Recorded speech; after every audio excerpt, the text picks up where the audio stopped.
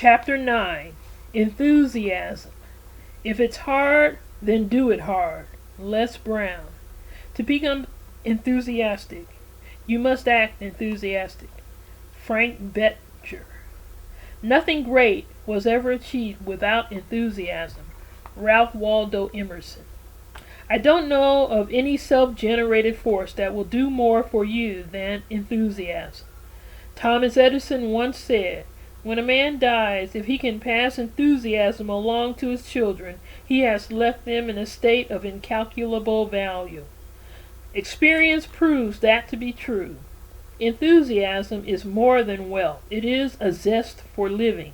Let me offer an example. Two men work side by side for the same employer and have identical tasks. One works in a half-hearted manner, is bored by his duties, and is pleased to see the clock approach the end of his shift. The other labors with gusto, finding his work exciting and rewarding, presenting new challenges each day. Now, who do you think is going to do a better job? Which one is committed to excellence? Which one is going to get ahead? When a young man begins thinking about career opportunities, he may ask, what is a good field to get into? A wise response would be, the field that you can pour yourself into with the most enthusiasm. There is no future in any job. The future is in you. The president of a railroad was on an inspection tour when he encountered a laborer in a section gang whom he had worked with for a number of years. He greeted his old friend warmly, remembering the old days. The tired old laborer said, John, you've gone a long way from the time we were laying tracks together. The executive shook his head and said, no, Bill, that isn't quite correct. You were laying tracks. I was building a railroad. Therein lies the difference. Are you just laying tracks or are you building a railroad? No matter what conditions prevail, do you inject your task with enthusiasm? Orson Swett Marden referred to enthusiasm as the great force within us which is perpetually prodding us to do our best. Marden called enthusiasm an intense feeling of emotion known as a burning desire, without which words fail to carry conviction, deeds fail to impress, and actions fall short of their intended mark. Napoleon Hill revealed his deep understanding of the power of enthusiasm when he stated, one feels the noblest and acts the best when the inspiration of enthusiasm drives him onward toward the attainment of some pre-established goal. Martin Luther King helps us bring the idea of enthusiasm into the context of our own experience. He preached, if a man is called to be a street sweeper, he should sweep streets even as Michelangelo painted, or Beethoven composed music, or Shakespeare wrote poetry. He should sweep streets so well that all the host of heaven and earth will pause to say, here lived a great street sweeper who did his job well. That is enthusiasm, the enthusiasm that motivates. Enthusiasm is power. What is enthusiasm and how do you use it? Loosely translated, enthusiasm means the God within. Webster defined it as the strong excitement of feeling on behalf of a cause or subject, ardent zeal or fervor. Enthusiasm is the expression of the dynamic vitality in your mental outlook, the way you walk, talk, and act. It is the result of your motivation and your physical magnetism and energy. It is the light in your eye, the timbre of your voice, the vigor in your handshake. It is the element that can kindle a fire under your chief aim and fan it into a burning desire. It is a quality that you must use as you march toward greatness. Enthusiasm begins with definiteness of purpose. Your goals must be so firmly entrenched that they're a part of your being. Unless you have the courage of your convictions, it is impossible to enthusiastically sell your ideas, your hopes and desires to others. Why should you want to know all you can know, learn all that you can learn about the power of enthusiasm? because more than any other quality or trait of human personality, enthusiasm has been the companion of success and every achievement. Enthusiasm is that inspiration that makes you wake up and live. It is the producer of confidence that cries to the world, "I've got what it takes." Enthusiasm is power. When that power is released to support definiteness of purpose and is constantly renewed by faith, it becomes an irresistible force for which poverty and temporary defeat are no match. Enthusiasm is the magnetism of projected energy that can be caught by anyone. It's contagious, and when you've mastered its force and energy, you'll be amazed at the power you possess. Enthusiasm spreads like a prairie fire before the wind. It is the bolt of lightning that blasts every obstacle from its path. It is a state of mind that inspires and arouses you to put action into your tasks, and transmits the impetus to action as you inch closer to your goals. Enthusiasm is emotion management. If you are able to transmit enthusiasm to others, you have the ability to control the emotional climate of any situation. When you can generate true enthusiasm, you can break the preoccupation of those around you, making others take notice and listen to your ideas.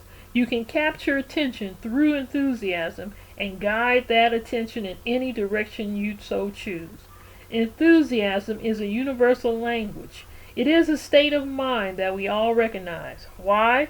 Because everyone is attracted by the magnetism of an enthusiasm that is genuinely felt and openly expressed. One of the major reasons why so few of us know so little about enthusiasm is that we frequently confuse its signs with something quite different. At sporting events, political rallies, and even religious services, we often see a mass display of exuberance, which we call enthusiasm.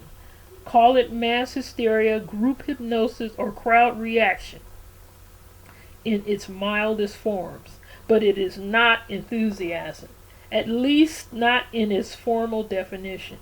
The temporary one-shot excitement that comes from attending a football game or backing a political candidate is the result of group interaction and reaction.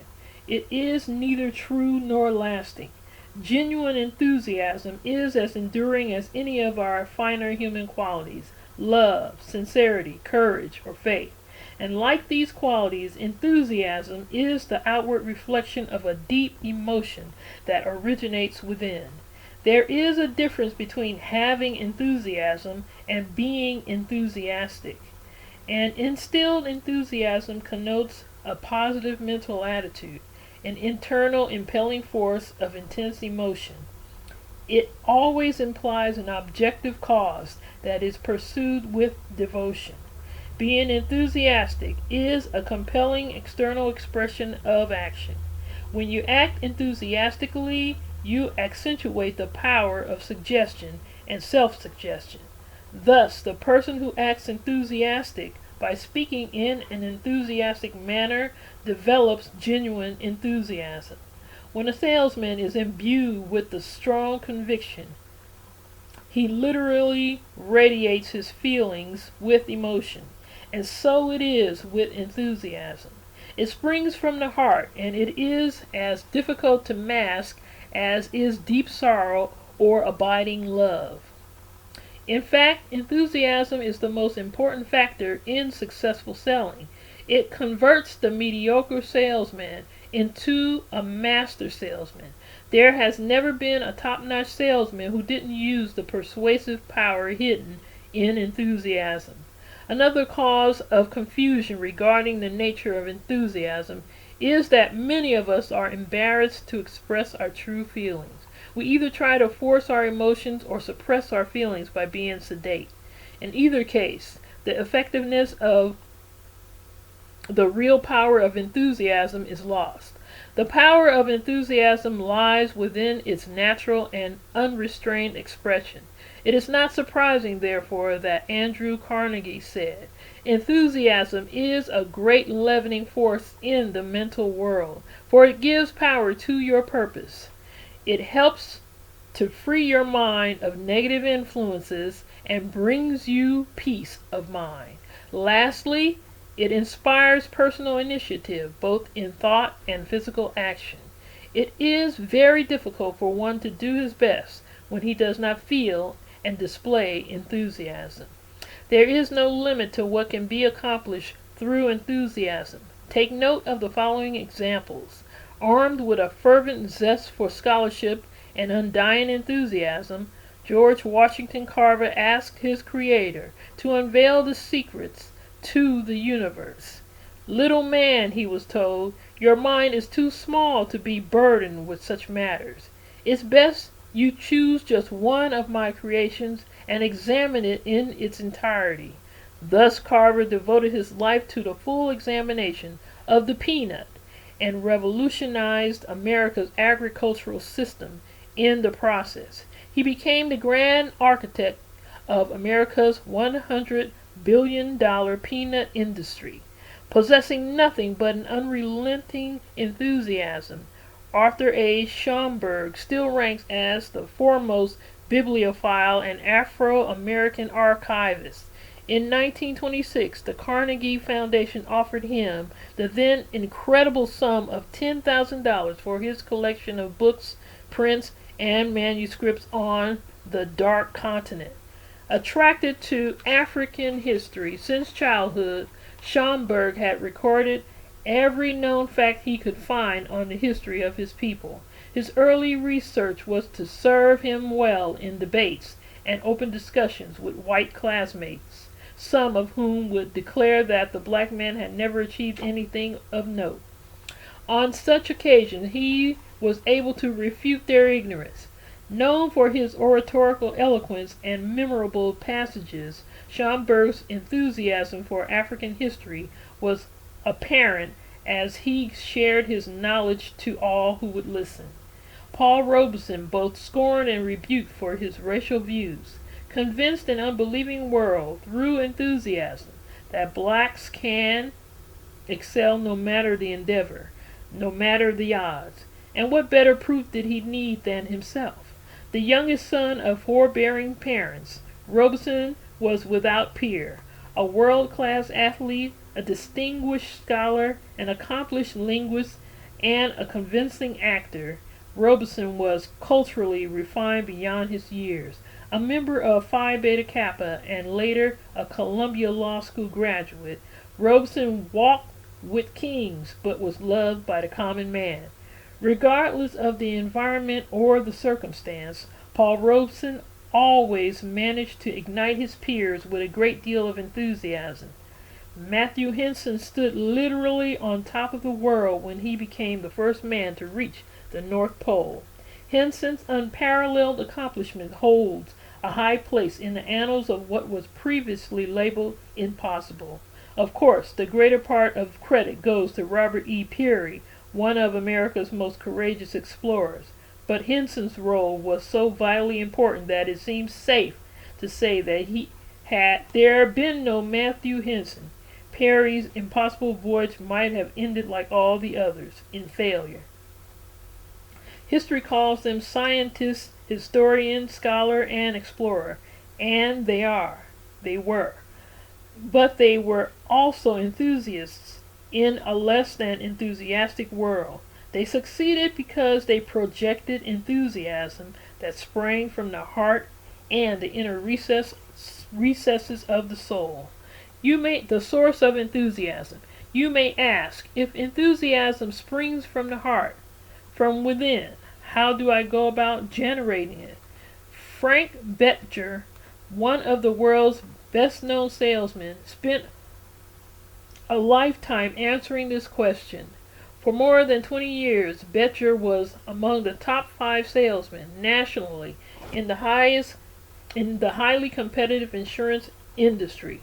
During an illustrious selling career, he made more than 40,000 sales calls and developed many surefire techniques that helped thousands increase their sales volume.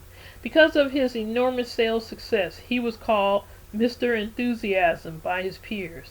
Frank Bettger said, "The key to enthusiasm can be reduced to 5 words. To become enthusiastic, act enthusiastic." Many of us are cursed with mediocrity simply because we cannot, with simple honesty, become enthusiastic about our chief aim or purpose. Many of us have been taught erroneously since childhood to contain our enthusiasm, to suppress or quell our zeal. Then as adults, through this habit of repression, we become inhibited and try to hide our enthusiasm instead of expressing it naturally. Not surprisingly, few of us are award-winning actors, and that's what it would take to act out an enthusiasm that we do not feel. Elmer Wheeler, who during the 1950s claimed the title America's #1 salesman and had an almost legendary reputation for enthusiasm, stressed another facet of the same solution. Wheeler said, "If you want to become an enthusiastic person, align yourself with a product, idea, or purpose that you can become enthusiastic about." His statement, like Bettger's, points you in the right direction.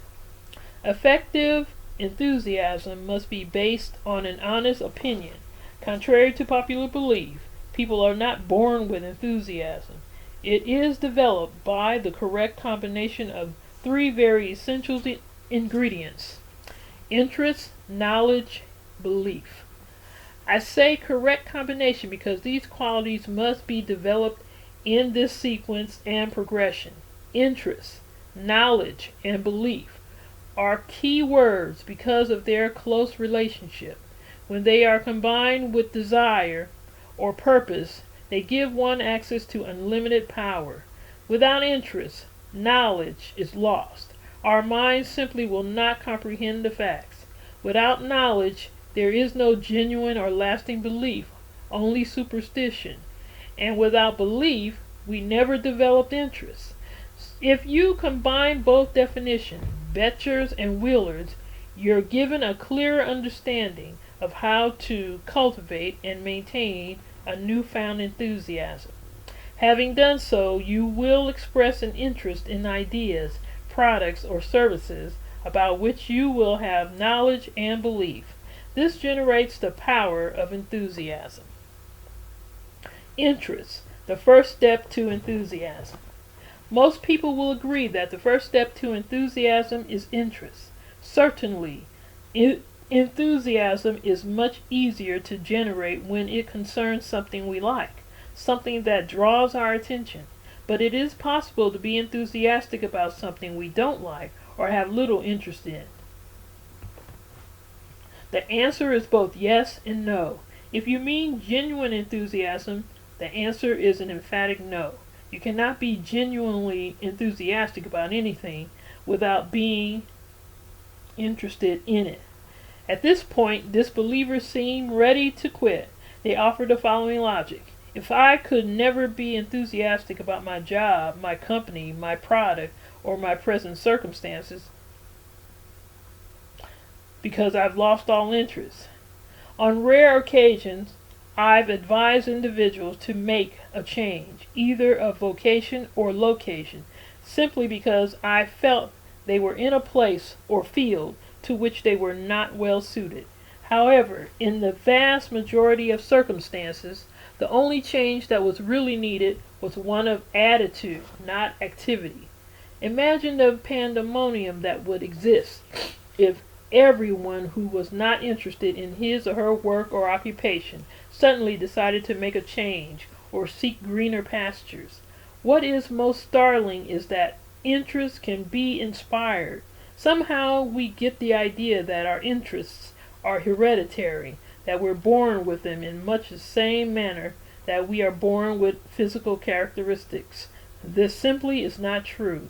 Interests are a social development of man, a byproduct of our environment and experience, and like habits, they can be changed.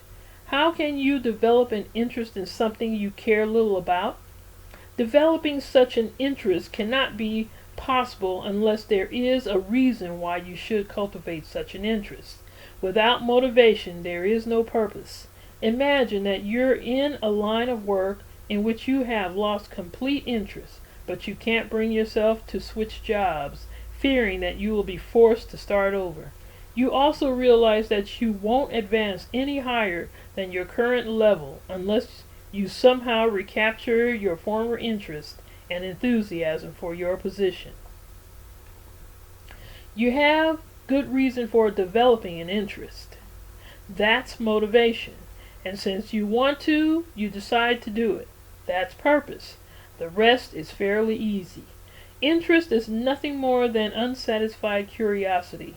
The reason you lost interest initially is because you satisfied your first wave of curiosity and neglected to maintain a fresh mental outlook. Subsequently, you stop asking questions and seeking additional information regarding your situation or circumstance. But the moment your inquisitive nature resurfaces, you will immediately begin to rediscover interest. The steps to this process are straightforward. First, define your purpose, thereby creating motivation. And second, search for unsatisfied curiosity that will help you discover interest. This is the key to developing the power of enthusiasm. Attitude is the motivating influence that will help you complete your task. By searching for the challenges and possibilities inherent in a goal, no matter the obstacles or odds, you can make the quest for its attainment just as exciting as your favorite hobby or recreation. Knowledge, the second step to enthusiasm. Just as interest is a product of man's social development, so too is knowledge, a product of his intellectual development. This is the second step in developing the power of enthusiasm. Though few of us are relentless in our quest for knowledge, the pursuit of knowledge never has been and never will be impossible. Regardless of educational background, we can acquire knowledge on any subject if our interest is great enough. Ask questions, search for answers, pursue ideas until you are convinced of their significance. Age, health, social position, or present conditions have no bearing on your ability to learn. If you desire specific knowledge in the field of your choice, search for it, find it, and absorb it. Knowledge is a crucial ingredient of enthusiasm because it determines direction in developing the power of enthusiasm. The degree of your level of enthusiasm is dependent in large measure on how much knowledge you possess on any particular subject. Why? Because knowledge is your only protection against the assaults of doubts, fears, worries, and indecision. Without knowledge, there is no real belief. Without knowledge, you will find your enthusiasm dimming with the first hint of weakness as you strive to reach your goal. And as you encounter other suspicions, your enthusiasm dies and interest is lost. Know all there is to know concerning your field. Know the structure, the content, the advantages, the benefits, and weaknesses of your product or service. Once you do, you'll find yourself on the threshold of belief. Belief, the third step to enthusiasm. You have learned that many lives have been changed because of belief and faith. Belief also plays a vital role in the development of enthusiasm. For example, though you know it is impossible to breathe underwater, you believe that man is not a fish only after you felt your lungs almost bursting from lack of air. It is impossible to be enthusiastic without belief and interest. It is emotional belief that releases the stored power of enthusiasm. Your belief, like any other habit or trait, can be learned. You can acquire the technique of emotional belief just as you acquired the ability to swim, play chess, or ride a bike. None of us is born with a belief in anything.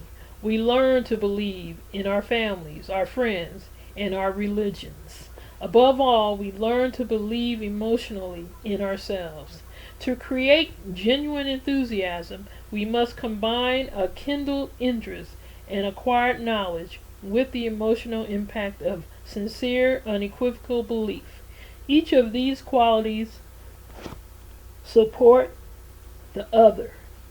The more interest you generate, the more knowledge you gain. And the more knowledge you gain, the greater your emotional belief. Consequently, you will reflect more enthusiasm. There is no question that enthusiasm based on interest, knowledge, and belief is the critical difference between success and failure. Wherever you find an outstanding success in business or the professions, you may be sure that behind that success is an individual who has applied the principle of enthusiasm. What enthusiasm can do. Carter G. Woodson was respectfully called the father of black history. As an elementary school teacher in his native Virginia, he contended that the black man had an important past. Born in the remote town of New Canton, Virginia, Woodson found his early schooling so limited and of such poor quality that he was later justified in saying that he never attended school at all. At 17, he worked in West Virginia's coal mines, but so great was his love of knowledge that despite the back-breaking labor, he managed to study such rigorous and demanding courses as Latin and Greek during the early morning hours in silent isolation.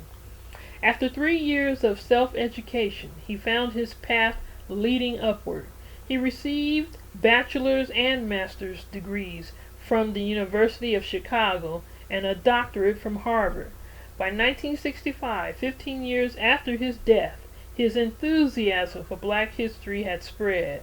As the principal founder of Black History Week, Dr. Woodson expanded the consciousness of a nation, demanding that black history be taught in the public schools.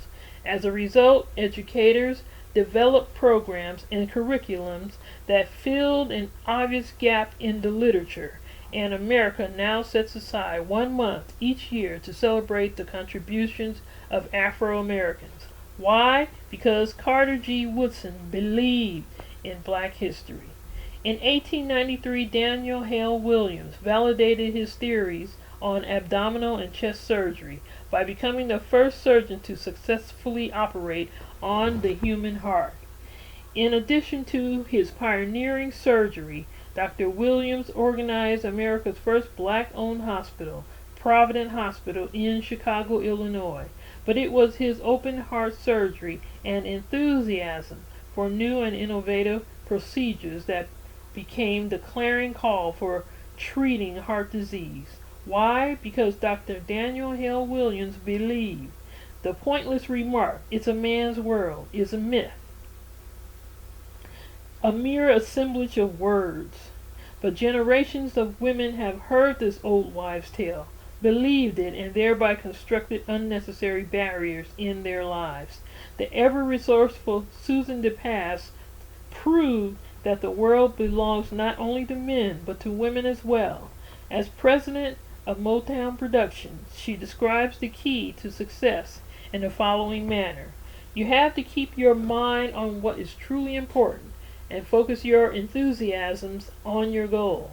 Using resilience, belief, and by focusing her enthusiasms on her goal, DePass grasped the true nature of her unique powers and pushed ahead until she reached her objective. She set her sights on the highly competitive entertainment field. The product of a broken inner-city home, DePass dropped out of college in 1966 to work as a talent coordinator for a New York nightclub. After several years of sporadic work, she grew disillusioned with the business and thought seriously of quitting. But success was hers to achieve, and after a fateful meeting with Motown founder and chairman Berry Gordy, she convinced him of her chief aim. 2 years after joining Motown Records, DePass signed such artists as Lionel Richie, the Jackson 5, and the Jackson 5. Her own talents expanded to writing, and she produced several TV shows and movies, including a Diana Ross special, Motown Returns to the Apollo, and Lady Sings the Blues, for which she was nominated for an Academy Award. With her instinct for discovering promising new talent and untapped film projects, DePass is well on her way to becoming a major force in Motown in the 1990s. And let there be no confusion as to the power that carried her to the top. Enthusiastic belief. James Weldon Johnson condensed his thoughts on human rights for black Americans by writing the autobiography of an ex-colored man. His book was widely read by Americans from all walks of life and became an integral part of the newly developing National Association for the Advancement of Colored People. Several years later, Johnson made an even greater impact on the minds of black Americans by composing a spiritually moving song, Lift Every Voice and Sing, that today is called the Negro National Anthem. Like blacks of his day, he envisioned a land of freedom, hope, and opportunity. Why? Because James Weldon Johnson believed. Enthusiasm flows contagiously from one mind to another. Success is attained by the application of a combination of the many powers of the mind. There is a saying that declares, everything a man needs comes to him when he is ready to use it. Begin now. Make the best possible use of the resources at your disposal, the power and freedom to direct your mind to whatever goal you so choose. Condition your mind to attract that which it needs. Having selected a definite purpose, use enthusiasm. Enthusiasm is a power that becomes an irresistible force for which poverty and temporary defeat are no match. Enthusiasm sells. How does the power of enthusiasm sell? How do you make it work for you? Harvard psychologist William James answered these questions in the latter part of the 19th century with the announcement of a startling new theory. James noted that it had always been assumed that any given situation involving action provoked emotion. James, however, contended that the exact opposite was closer to the truth. He believed that emotion or enthusiasm drives the individual to action or accomplishment, and the individual's level of achievement is directly related to his or her level of emotion or enthusiasm. You may not be in the business of sales, but you've probably discovered that you're always selling yourself, converting ideas into action that can be transmuted into reality. The master salesperson, housewife, doctor, lawyer, or student has an abundance of enthusiasm that he or she can draw upon. It is a vital force that energizes all the forces of your mind and body. Enthusiasm brings the two minds, the seller's mind and the buyer's mind, into rapport or harmony. It allows the salesman to transmit to the buyer a feeling of need for the product or service and an appreciation of its worth. No better commentary could be made on the importance of enthusiasm and selling than the story of Don King. Pay close attention as you discover how one man used the power of this principle. I don't just make waves, I am the wave. He is known throughout the world. Outwardly flamboyant, a super salesman, he is, without question, the world's greatest promoter. He is welcomed by heads of state, invited to White House dinners, and is on a first-name basis with many presidents, diplomats, celebrities, and world leaders. He is tireless, outspoken, innovative, and has accomplished what experts in his field had thought impossible. He has brought the boxing profession up from the count and has transformed it from a bloodthirsty sport into a spectacle of style. With the likes of the Alis, Fraziers, and Tysons, Don King took the heavyweight championship fights out of the limited arenas and staged them as extravaganzas in countries throughout the world. employing contagious enthusiasm and exuberant language, a thunderous roll blending black slang and eloquent soliloquy. He has said it many times, only in America can a Don King happen. What I've accomplished could not have been done anywhere else. How did a poor black kid from the ghettos of Cleveland rise to such world acclaim? You need only read further to uncover his secret. As a young child, Don King held the same aspirations that were typical of those his age. He had hoped to be the first of his family to attend college and then ultimately law school. But the untimely death of his father altered his career plans. My father died in 1941. A tragic accident in a local steel mill ended his life. My mother's monthly wages barely covered our need. We moved from place to place, searching for anything that she could afford. Even as a youth, King was successful at nearly everything he attempted. His outgoing personality and a hearty zest for life made him extremely popular. To offset his stifling poverty, he hustled. I remember selling anything I could get my hands on, fruit pies, peanuts, newspapers, just to earn a few dollars, spending change. My oldest brother said I was a born salesman and introduced me to the numbers game, gambling. I was given a small territory in the heart of the projects. I quickly learned the ropes, earning enough money for a year's tuition at Kent State. But fate intervened and gave him an unkindly shove. Against all odds, an unprecedented number of bets hit, and he had to use his savings to compensate his clients. He was devastated. Wouldn't you know it, he reflected, the numbers totaled 600, the exact amount I had saved. College, obviously, was placed on the back burner, and I started hustling full time. King's enterprise grew, and all those associated with this self-professed black P.T. Barnum shared his success. Though King, as a businessman, was strong and financially solvent, not all of his associates were as forceful. To put it bluntly, a colleague tried to cheat him. In 1967, one of his runners attempted to withhold money for himself, precipitating a fight that cost him his life.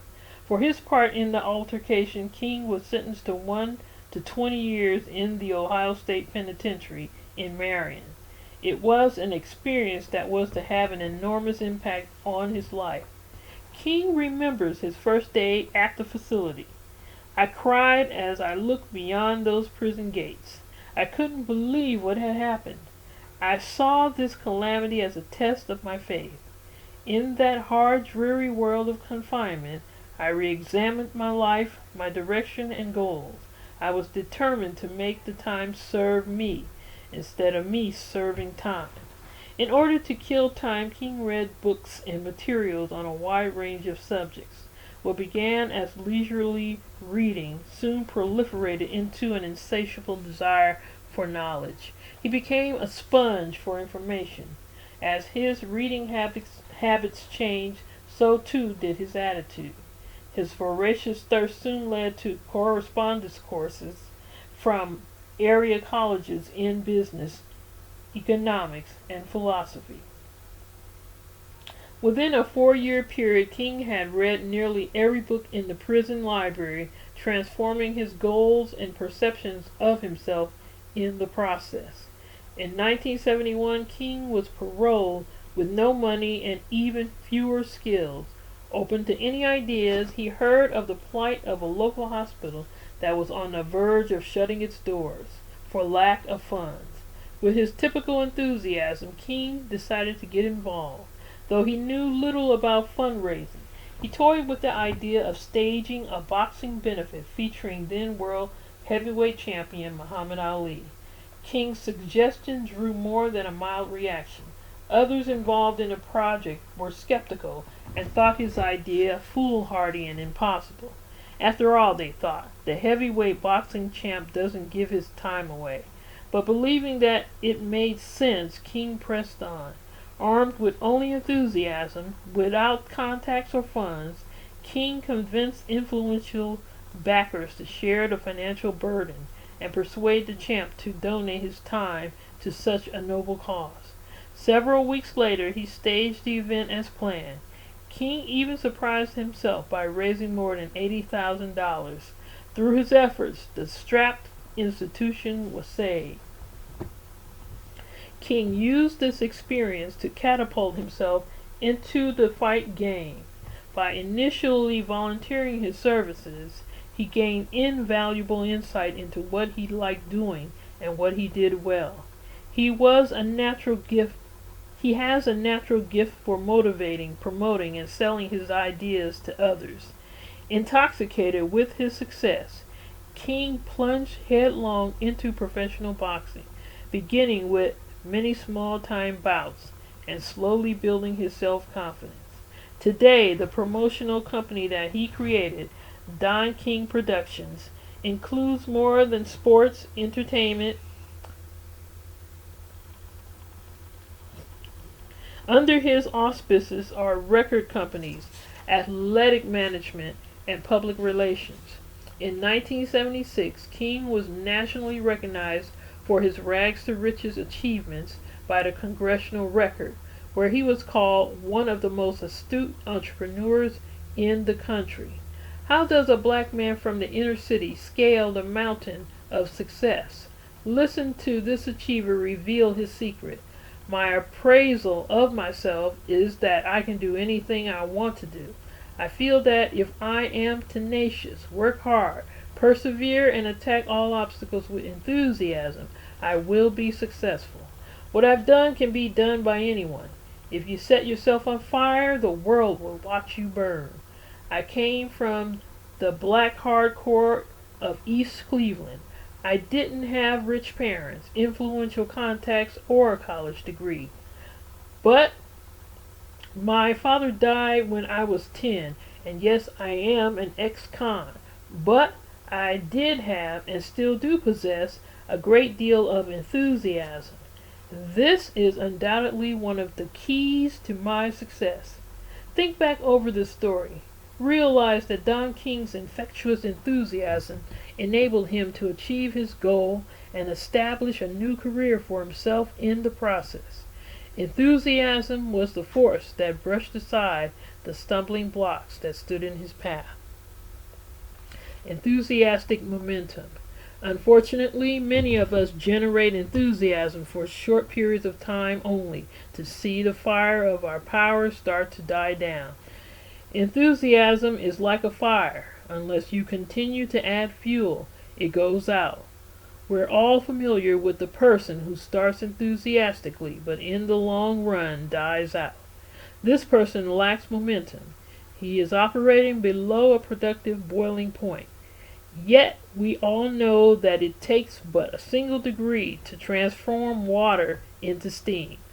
The same principle applies to achieving a goal or selling a product or service.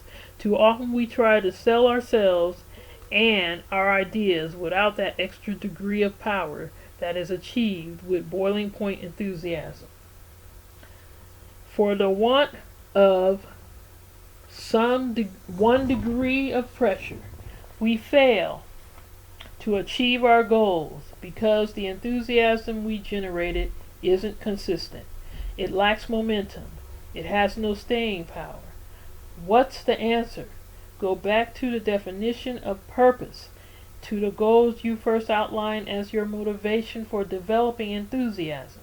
To sustain enthusiastic momentum, you must deliberately rebuild your belief daily. This rebuilding comes about through a constant review of the goals you hope to achieve. Have those goals always in the forefront of your mind. Write them down. Burn them into your memory. Make them an obsession. Enthusiastic momentum ensures a source of compulsive energy that never runs down and never wears out. It unlocks talents, abilities, and ideas sufficient to overcome any obstacle. Enthusiasm can help you realize more of your full potential and share in the excitement, the zest, and the enjoyment of lasting success. The power of enthusiasm. When Ralph Waldo Emerson said, "Every great and commanding movement in the annals of the world is a triumph of enthusiasm," he was speaking not only in a historical context, but also of the common events of everyday life. Enthusiasm is the outward reflection of inner confidence.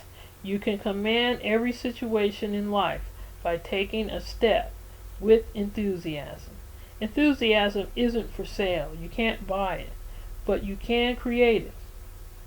And once created, it is your greatest single source of productivity. Consider enthusiasm's PowerPoints. It is a knowledge indicator. It registers in letters 10 feet tall. It produces energy, just as every living plant through photosynthesis draws increasing energy from the sun. So can the brilliance of your enthusiasm draw unlimited zeal and excitement. Self-projected enthusiasm is as much a part of your personality as your smile, your posture, or handshake. No one can be exposed to its radiant force without being favorably affected. Enthusiasm can't be denied. It is power, unlimited power. All of us have seen examples of direct opposites in our business and personal lives. One person, talented and well educated, holds back and allows another, who is equally gifted, to press on, to win recognition and prestige. Why? The answer lies within the power of enthusiasm. One man has developed enthusiasm while the other has not. One man has an insatiable desire for knowledge, the other is satisfied with what he knows. One man is excited by his outlook and the possibilities it presents, the other is bored and confined by his circumstances. Have you grasped the formula for enthusiasm? If so, take hold of it and form habits that will help keep your mind focused. Think, I can, I will. Assure yourself that you can do it and you will do it because you believe in yourself and the powers of accomplishment. Saturate yourself with confidence and belief. Fear and indecision can't possibly live in that kind of environment. When such belief is firmly embedded in your consciousness, you'll be a true enthusiast, a master of thoughts that breathe and words that burn.